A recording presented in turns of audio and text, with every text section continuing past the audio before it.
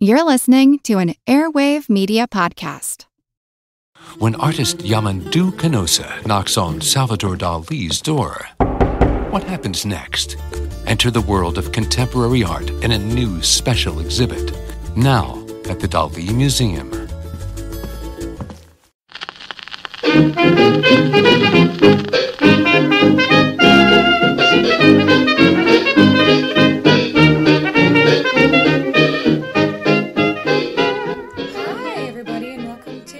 Who Did What Now? The history podcast that's not your history class. With me, your spooky host, Katie Charlwood, scary story lover and reader of books. Hey, we are back and it is October, and you know what that means. It means we're gonna delve into some spooky stuff, or some creepy stuff, or some general dark history. I haven't decided it all yet, but we're gonna do it, and it's gonna be fun. It is that wonderful time of year again, Gay Christmas, or as some of you may know it, Halloween. 'Tis the spooky season of ghosts and ghouls and creepy things, and creatures of the night, and of course, spooky stories, horror films, scare fests, pumpkin patches. I've never been to a pumpkin patch. I want to go to a pumpkin patch.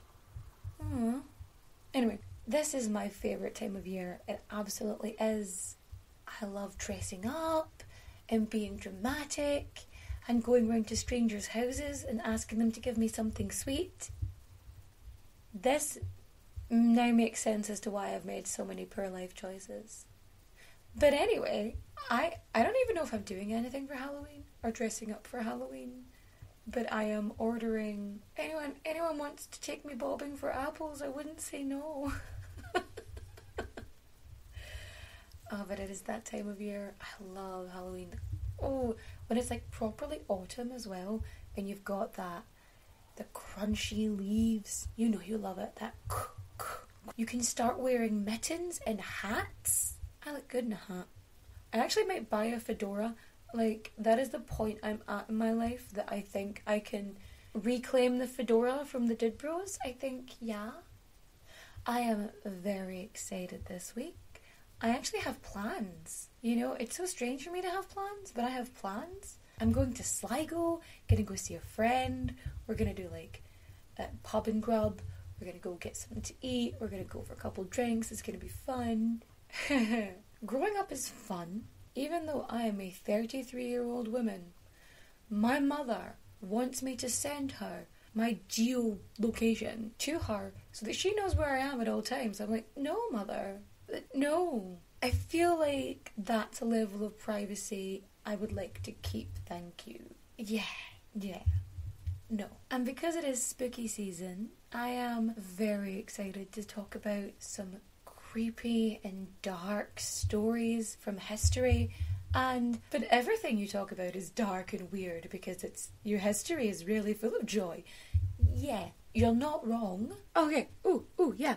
So I was going over my stats, I was having a wee nosy, and I was, to see where people were listening from, and then I saw that people were listening. I have one listener from Qatar. Hello, you. I hope things are well. Who is listening to me in Qatar? What? I'm sorry, what? Hi. Wow. The fact that someone out there who's that far is listening to me, I appreciate you, and I am so grateful to anybody who takes the time to listen to me talk and tell them truly horrible tales from history, because let's face it, most of it is not pleasant. It's not. But speaking of y'all, now that we are back on track and we're getting the ball moving and we're starting recording again, I keep saying we as if it isn't just me and my computer and my lack of sleep because of all the research. Yeah, seeing as we're back on track again, if you're new to the show, or maybe you're not new to the show, maybe you've been around for a while, and you're thinking, I don't have 2.5 minutes out of my day to do stuff, why not? If the pandemic has taught us anything, time is an illusion. And I would really, really appreciate if you would just go onto Apple Podcasts and rate and review 5 stars, and you can say anything. You can say that you like the autumn, or your favourite season, or your favourite horror movie, or you could tell me what I should dress up as for Halloween. I would love your recommendations. But if you rate and review 5 stars, it just really helps boost me back up the charts, and it means we might actually get some better sound quality and stuff like that. I want to say thank you to anyone who has donated to the PayPal. It really, really helps. You have no idea. Because these last few months have been so tough, especially since my building flooded and I lost most of my business, most of the stuff, a bunch of stock ended up that I thought was fine, ended up being damaged. Several years worth of work and $4,000 completely down the drain. So I don't know if I'm going to be able to restart my board game place anytime soon.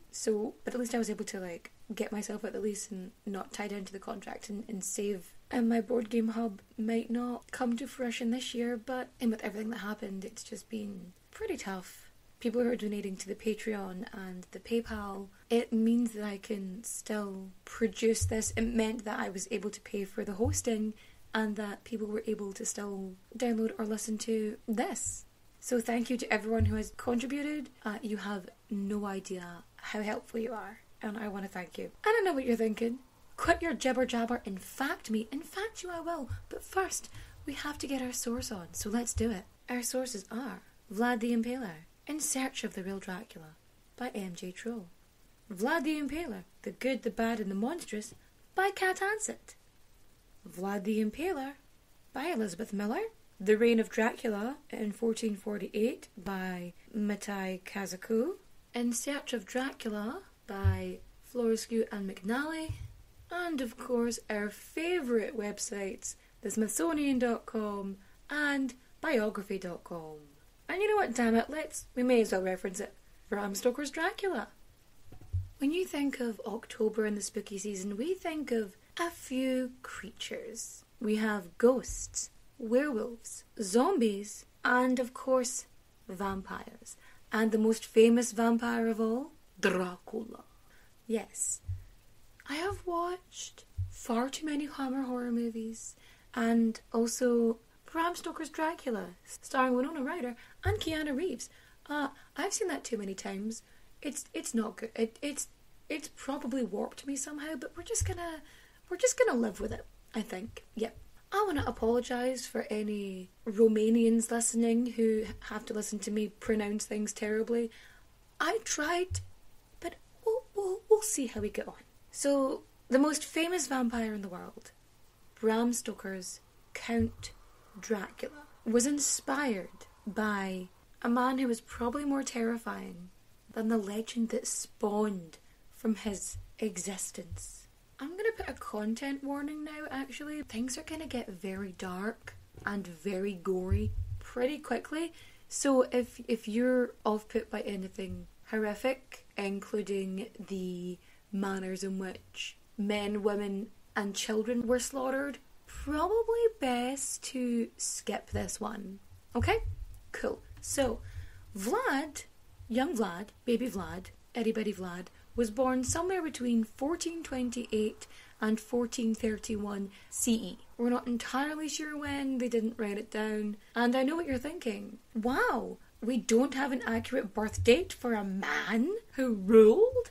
I know, but what ifs? And the thing about Vlad is he was the second born son, so he wasn't really that important. He had an older brother and a younger brother. If he had any sisters, I don't know. They're not listed. I'm not even sure who his mother was. I did look up, but at this point I'm not entirely sure she was named. His father, on the other hand, Vlad II of Wallachia, earned a new surname, Dracul. Because in 1431, which may or may not be the year that Vlad was born, King of Hungary inducted Daddy Vlad into the Order of the Dragon, the whole purpose of which was to keep the Ottoman Empire at bay. Now, the King of Hungary, he basically goes on and becomes the Holy Roman Emperor. It's a thing. Oh, geography time! Who doesn't love maps and shit. Basically, areas like Transylvania and Wallachia, which are now in Romania. Romania didn't exist as a country until, I think, the 1800s. So at this point, it was still a bunch of territories under the rule of Hungary. So Vlad, Daddy Vlad, he was actually originally from Transylvania. Vlad III, our Vlad. But Vlad the Impaler was very much based in Wallachia and never actually set foot in Transylvania unless he was just passing through. But these areas, these principalities, basically sat between Christian Europe and the Muslim lands of the Ottoman Empire. So Transylvania, which is like just above Wallachia, they were constantly involved in these like big bloody battles because you've got Ottoman forces coming one way and you've got Christian crusaders coming the other. You know, there was always something going somewhere. So yeah, so Daddy Vlad, he gets inducted into the Order of the Dragon, a Christian military order. Who knew? So when he has the surname Dracula, Vlad III becomes son of Dracula, which then turns into Dracula. It's a thing. So just in case you were wondering how the fuck they got Dracula from Vlad, there you go. Also, in sort of modern Romanian, Dracul actually means devil, so it kind of works in several levels. So yeah, there's constantly these battles going back and forth, and Vlad II is like the prince of this, well, principality. That's why he's a fucking prince. And Daddy Vlad is called to this diplomatic meeting in 1442 with the Sultan, with the Turkish Sultan. And apparently it was bring your kids to work day. So he brings little lad Vlad and his younger brother Radu. But, surprise, surprise, it's a trap! So Vlad II and his two younger sons are arrested. All three are arrested and they're held hostage. Daddy Vlad gets released, like on the condition that he leaves his two boys behind. You know, as an insurance clause. Yeah, the Ottomans really wanted Daddy Vlad to behave himself with regards to this war that was going on between Hungary and Turkey. See, this is a common thing that happened in the medieval era, is someone would take the child of an enemy and raise them. And they do this for two reasons. One, so that the enemy wouldn't start shit, because, you know, one would assume you'd want your children to stay alive. And the second part is, by raising the enemy's children, by teaching, training, all this stuff, it makes them loyal to them and not their family. Or at least that was the idea behind it. It would be classic conditioning.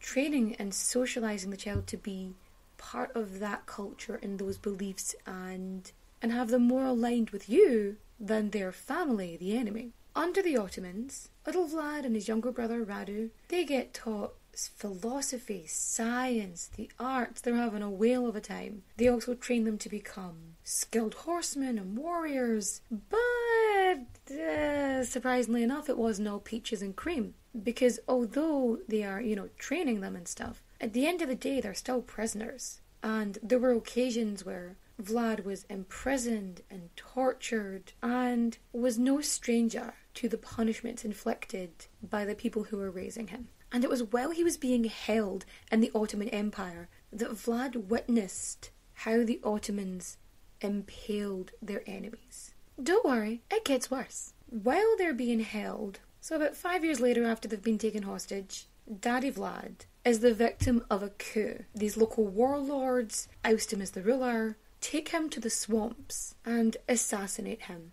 And Daddy Vlad, he actually got off pretty lightly because his older brother Mircea, who technically should have become leader after Daddy Vlad died, ends up being tortured, blinded, and buried alive. So while Vlad and his brother are treated, you know, pretty well by the standards of the time, his younger brother, he basically went over to the Turkish side, but Vlad wasn't really super happy about the fact that he'd been held captive and that his father and brother had been assassinated. I mean, as life events go, probably not a fun way to have things. A year later, Vlad is released, and he is a man with a mission, and he is looking to take back rule of Wallachia from his cousin Vladislav II. And this is the first time he does this. Effectively, so he utilises the connection he has and embarks on a campaign with the military support from these Ottoman governors. Being a part of a royal family might seem enticing, but more often than not, it comes at the expense of everything else, like your freedom, your privacy, and sometimes even your head. Wondery's new podcast, Even the Royals, pulls back the curtain on royal families, past and present, from all over the world, to show you the darker side of what it means to be royalty. From icons like Grace Kelly, Oscar-winning actress turned Princess of Monaco, who the world saw as the ultimate good girl. She mastered playing a happy wife and mother, but beneath it all, she was desperately lonely. Grace spent her whole life working towards perfection, and it ultimately cost her her happiness.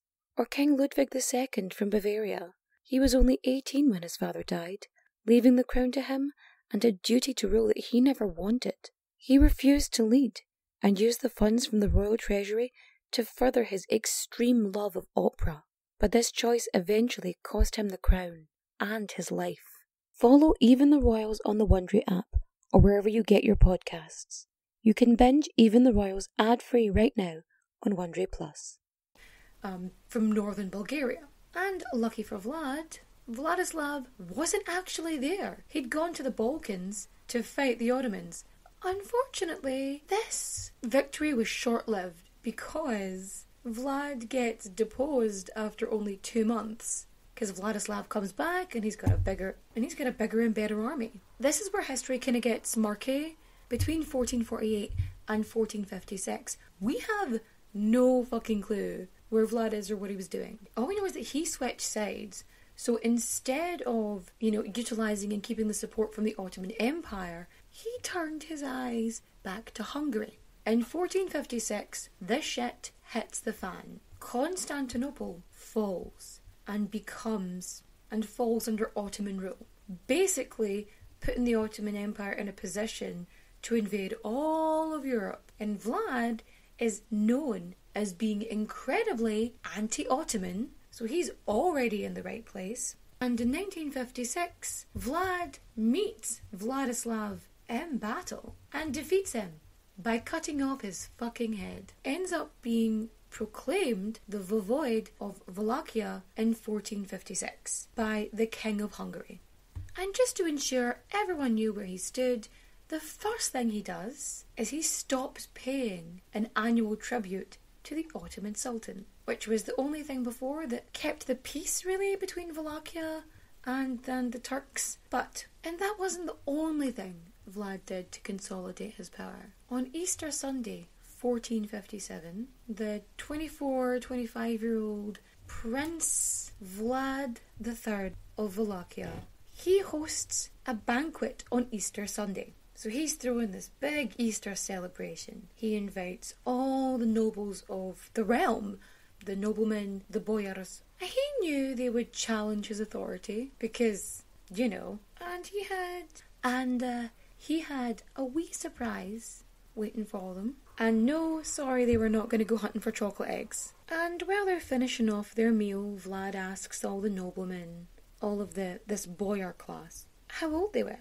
And why have they had so many princes in their land? And that's when they knew. And the reason he asked them this particular question is because he wanted to know which of them were involved in the coup that overthrew his family, leading to the deaths of his father and brother. So he takes all the noblemen outside, and they are impaled. You're probably thinking, they were impaled, that's pretty bad, but it's worse than you think. Generally, a stake or pike would be sharpened so that it could easily go through a body. Basically, he had 2 ways in which he could stake them. One of which is the Assyrian method, which usually means lowering the victim sternum first onto the stake, which is a quicker death. But Vlad said, fuck this for a game of soldiers, and he decided to go with the Turkish method. But he decided to take it one step further, because instead of using a sharpened stake, he preferred them to be blunt. Generally, the stake would be pushed, and warning, this is not going to be a pleasant listening experience. While a person is still alive, they are laid on the ground, and the blunt stake or pole is pushed through the anus and slowly pushed inch by inch through the body until it comes through the mouth or the chest. And the reason that Vlad chose a blunt stake was so that it wouldn't perforate any internal organs, meaning that it could take days for the victim to die. So after they were physically impaled, the stake would be lifted up and pushed into the ground. But what about the women and children, I hear you ask? The women and children, still in their fabulous Easter attire, are seized, and he forced them, in all of their finery, to rebuild his fortress, his castle, and he made them work until their fine clothes fell off their body, and they were working naked. And then, as a reward, when they were finished, he impaled them too. Clearly, as Vlad knows, revenge, like gazpacho soup, is a dish best served cold. And Vlad earns the moniker Vlad Tepes, which means Vlad the Impaler. So, under Vlad's rule, Wallachia was basically stable and orderly. That being said, he was unbelievably vicious. At one point, Saxon merchants who were once allied with the noble families who, were involved in the coup, Vlad has them impaled a couple years later, just because he can. Also, in addition, furthermore, when the Ottoman Turks' diplomatic envoys had an audience with Vlad, they politely declined to remove their hats because of some religious custom. And Vlad III, he commends them for having such religious devotion and promises that their hats would forever remain on their heads by having their turbans nailed to their heads. So Vlad is constantly at war with the Ottomans, and he becomes this hero of the area because he is protecting Christian Europe from the Muslim invaders, and all of his victories over the Ottoman invaders were celebrated through Wallachia, Transylvania, the rest of Europe. Even Pope Pius II was like, yep, go Vlad, you may be harsh, but you're getting the job done. So when Vlad is at war with the Ottoman Empire, he does two things. The first thing he does is destroy towns, villages, everything is destroyed. He captures and he makes sure to take prisoners. So he destroys the lands, the animals, everything is destroyed. And he takes the Ottoman people as prisoners. So in 1462, the Sultan, the one who actually conquered Constantinople, he invades Wallachia, and he makes it all the way to Wallachia capital city, Targovista. But not only is the city deserted, but in front of the capital, he finds the bodies of all of the Ottoman prisoners of war, all of them impaled. I don't know how to explain the scope of this. There were thousands of decaying bodies that at this point were being picked apart by crows and other vermin. These were men, women, and children, and there are even reports of infants pinned to their mother's chest in the forest of the impaled. And this sight was so repulsive that the invading Sultan said, fuck this for a game of soldiers, and got the hell out of Dodge and returned to Constantinople. Not long after this mass impalement of Ottoman prisoners of war, Vlad ends up forced into exile. Vlad is forced into exile in Hungary because he just can't defeat the Sultan. But it wasn't all doom and gloom, because during this exile, where part of which he was imprisoned, he got married and had 2 kids. So he wasn't like doing nothing this whole time.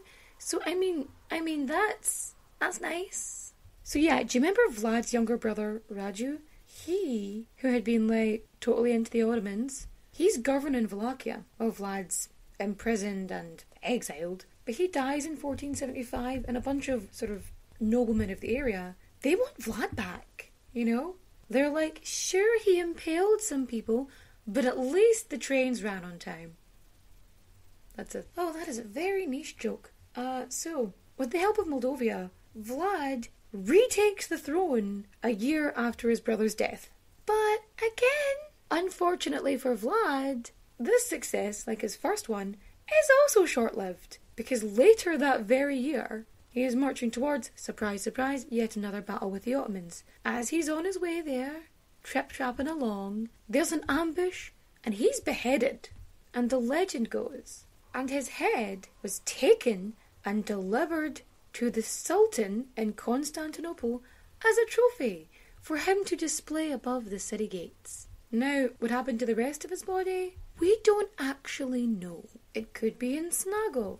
It could be in Komana. It could be in Bucharest or Danube or... we're not sure. We don't know where it is. It's somewhere.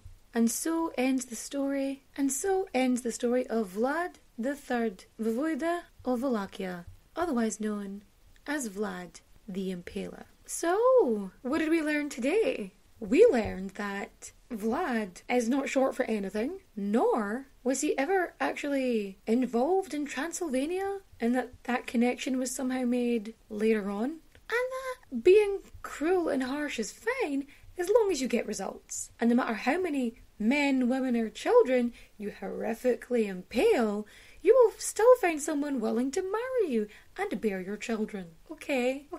So that was something. So if you liked today's episode, the story, my retelling of this horrific fucking tale, please go into iTunes, Google Podcasts, Spotify, anywhere where you can rate and review me 5 stars and say something nice.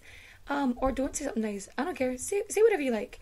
It just really helps. It really helps me, and I would greatly appreciate it. If you want to help keep the lights running, you can go on to my Ko-fi. You've got PayPal, and there is and the Patreon. All links are in the description down below. Also, in addition, furthermore, you can follow me on the social medias. I'm on TikTok, Instagram, and Facebook as Who Did What Now Pod, and I'm also on Twitter as Who Did What Now PD, because there weren't enough characters allowed in the username, so I improvised. And of course, lest we forget, recommendations this week. Recommendations. Also, don't read Bram Stoker's Dracula. It's not that good. There is a book, recommendations, actually. There is a book I am going to recommend, if you can find it, Carmilla, which is a gothic novella by an Irish author, Sheridan Le Fanu, which predates Dracula, Bram Stoker's Dracula, by like 20-something years. Honestly, I actually think it's better, but you should absolutely go and try and read that, or at least read about it. I think that'd be really fun. So that's our reading recommendation. Our listening recommendations. Actually, listen to Lore, if you don't already. I think there's also a series on Amazon, so like that also counts as watching. Go watch that. That seems like a fun thing to do. I think I watched the first season of Lore on Amazon Prime, but you should go watch that.